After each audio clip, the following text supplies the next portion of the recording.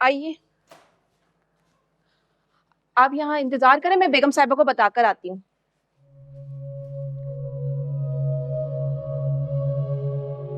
तुमने अनाबिया को बताया नहीं था कि हम घर से निकल पड़े हैं? बाबा वो फोन बंद जा रहा है उसका, कॉल पिक नहीं की उसने। ये कौन सा तरीका है? मुलाजमा हमें यहाँ खड़ा करके चली गई। बहुत इज्जत अफजाई हो रही है हम लोगों की। जब इस मुझे इतना बुरा लग रहा है तो तुम्हारे बाबा को कितना बुरा लग रहा होगा। अस्सलाम वालेकुम अंकल, अस्सलाम वालेकुम आंटी। वालेकुम अस्सलाम। बेटा, आपने अपने पेरेंट्स को बताया नहीं था कि हम लोग आ रहे हैं? जी बिल्कुल, मैंने बताया था। वो पता नहीं कहाँ रह गए, आते ही होंगे वो। आप लोग यहाँ क्यों खड़े हुए हैं? प्लीज अंदर आइए, आइए प्लीज, प्लीज कम इन।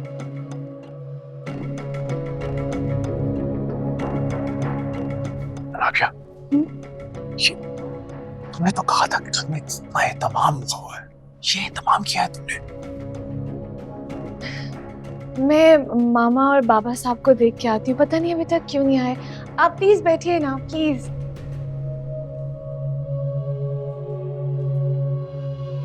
बैठ जाए आप। नहीं ठीक हूं मैं।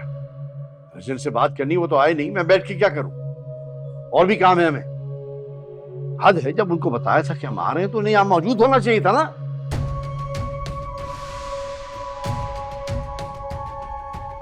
अच्छा प्लीज बैठ जाइए ना।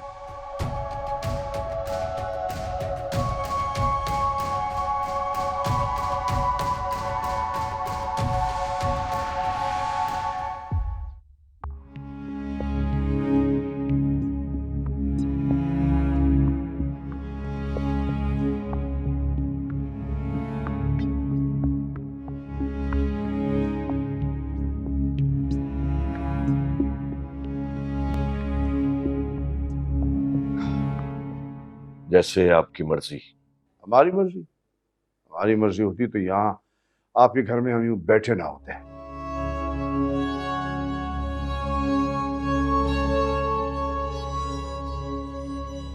हैदर साहब, ये तो आप अपनी औलाद से पूछे हैं। हमने आपको जबरदस्ती यहाँ नहीं बुलाया।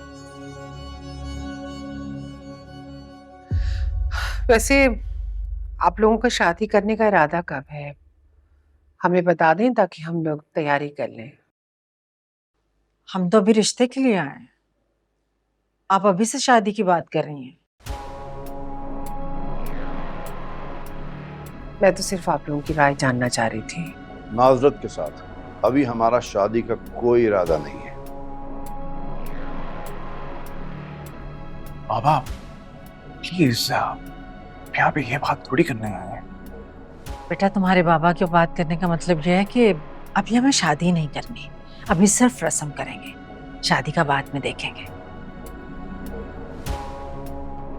मेरे ख्याल में आप लोग आपस में मशवरा कर लें तो फिर हमें बता दीजिएगा।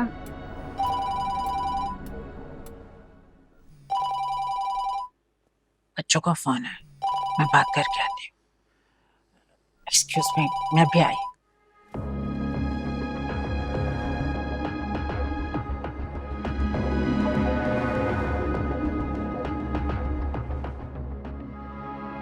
तुमसे किसने कहा था कि तुम अनाबिया की रस्म की बात करो? मैंने तो कहा था कि सिर्फ उसका निकाह होगा। मंगनी करके अनाबिया को इस घर में रोकने का मकसद क्या है? जो बची कुची मेरी इज्जत रह गई है, तुम चाहती हो मैं उससे भी हाथ धो बैठूं? शकील, मैं तो खुद यही चाहती हूँ कि अनाबिया का निकाह करके जल्द से जल्द उसे इस घर से रुखसत कर दूं।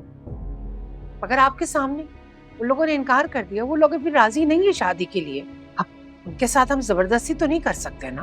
प्लीज शकील, गुस्सा मत कीजिए, मौके की नजाकत को समझे। मंगनी हो गई तो शादी भी हो जाएगी, और इस वक्त हम भी उनकी तरह अपनी अपनी चलाएंगे तो बात कैसे बनेगी? तुम्हारी औलाद ने मुझे किसी काबिल नहीं छोड़ा। शावेज के पेरेंट का लहजा देखा था? ऐसे बात कर रहे थे जैसे हमारी जात पर एहसान कर रहे हो। अनाबिया बता रही थी कि उनका लहजा ऐसे ही है। नाबिया तो खुद बहुत तंग आई हुई है, मगर क्या करें, शावीज के पेरेंट्स से बर्दाश्त तो करना पड़ेगा ना। पता नहीं इस नालायक औलाद की खातिर हमें कौन कौन से कड़वे घूंट पीने होंगे।